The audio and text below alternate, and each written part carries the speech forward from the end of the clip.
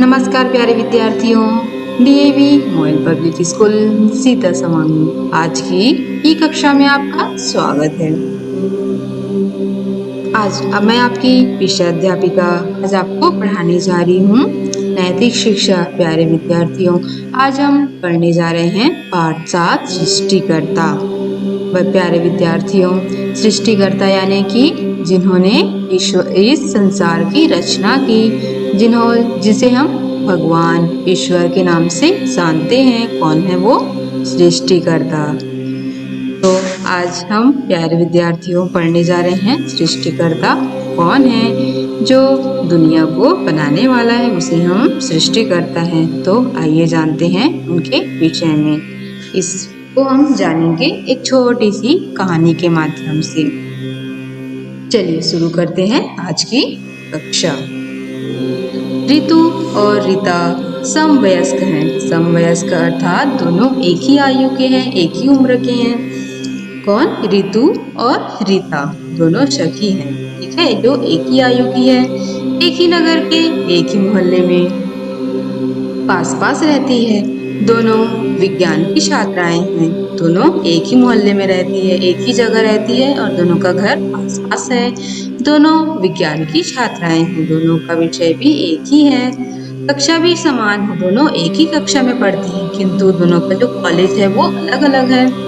ऋतु राजकीय कॉलेज में पढ़ती है और रीता डीएवी कॉलेज में पढ़ती है। कहाँ? डीएवी कॉलेज में। हाँ प्यारे विद्यार्थियों, रीता पढ़ती है डीएवी कॉलेज में। राजकीय कॉलेज में छात्र संघ के जो चुनाव अभियान में साम्यवादी जो दल के गहन प्रचार ने रीता को नास्तिक बना दिया। नास्तिक यानी जो ईश्वर को नहीं मानता है, उनको क्या कहते हैं? नास्तिक। जबकि रीता डीएवी कॉलेज में कभी कभी आयोजित होती रहने वाली आर्यकुमार जो सभाओं के प्रभाव से धर्मनिष्ठ आस्तिक बन गई। कौन? ऋतु। तो ऋतु कहाँ पढ़ती है? राजकीय कॉलेज में और रीता पढ़ती है डीएवी कॉलेज में। अब ऋतु बन गई नास्तिक जो ईश्वर को नहीं मानती है और रीता बन गई आस्तिक जो डीएवी कॉलेज में पढ़ती है। वो धर्मनिष्ठ का जो कार्यक्रम होता था वहाँ उनके कॉलेज में उनमें वो सम्मिलित हुआ करती थी। विचारों तथा भावों की इस विपरीत दिशा के होते हुए भी दोनों की मैत्री में किसी प्रकार की न्यूनता नहीं आ पाई थी।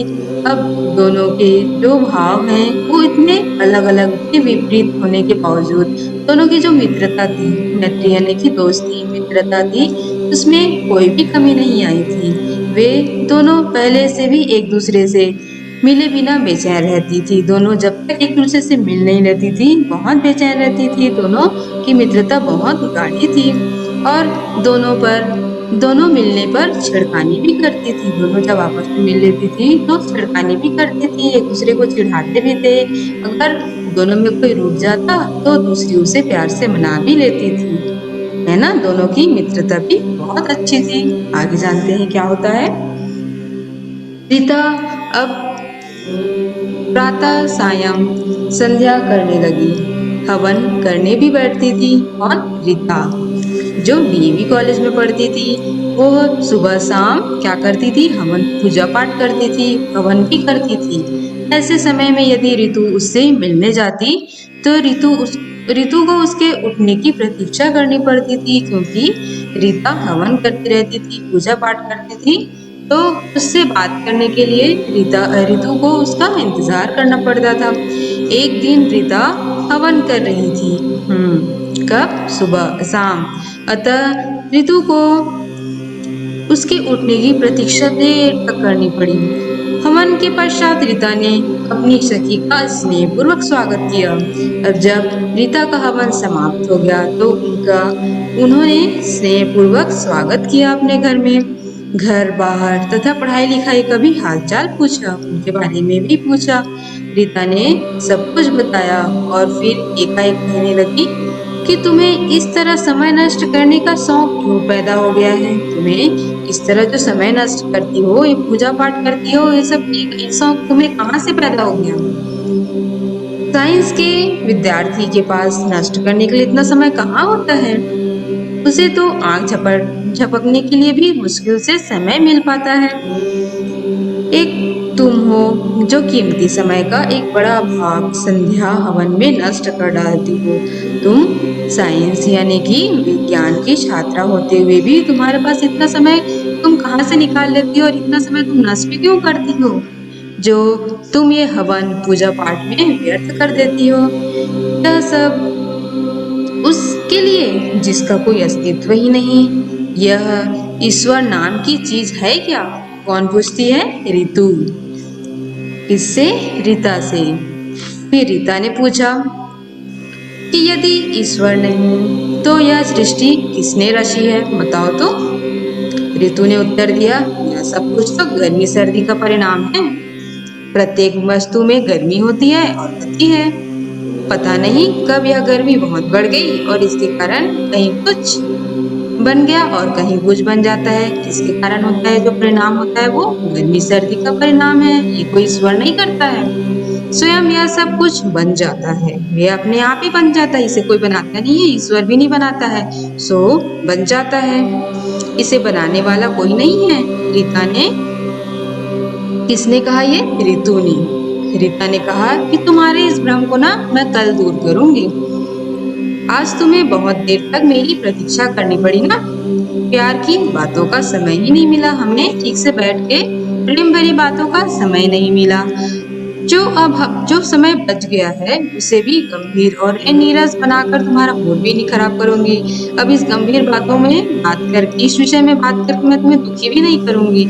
इसके बाद उन दोनों ने कुछ बातें की। उसके बाद उस विषय को छोड़कर उन्होंने उसके अलावा दूसरी बातें की। कुछ उछल कूद भी किया, उन्होंने कुछ अपना खेल कूद भी किया और कुछ छेड़खानियां भी की। कुछ खाया पिया और ऋतु अपने घर चली गई।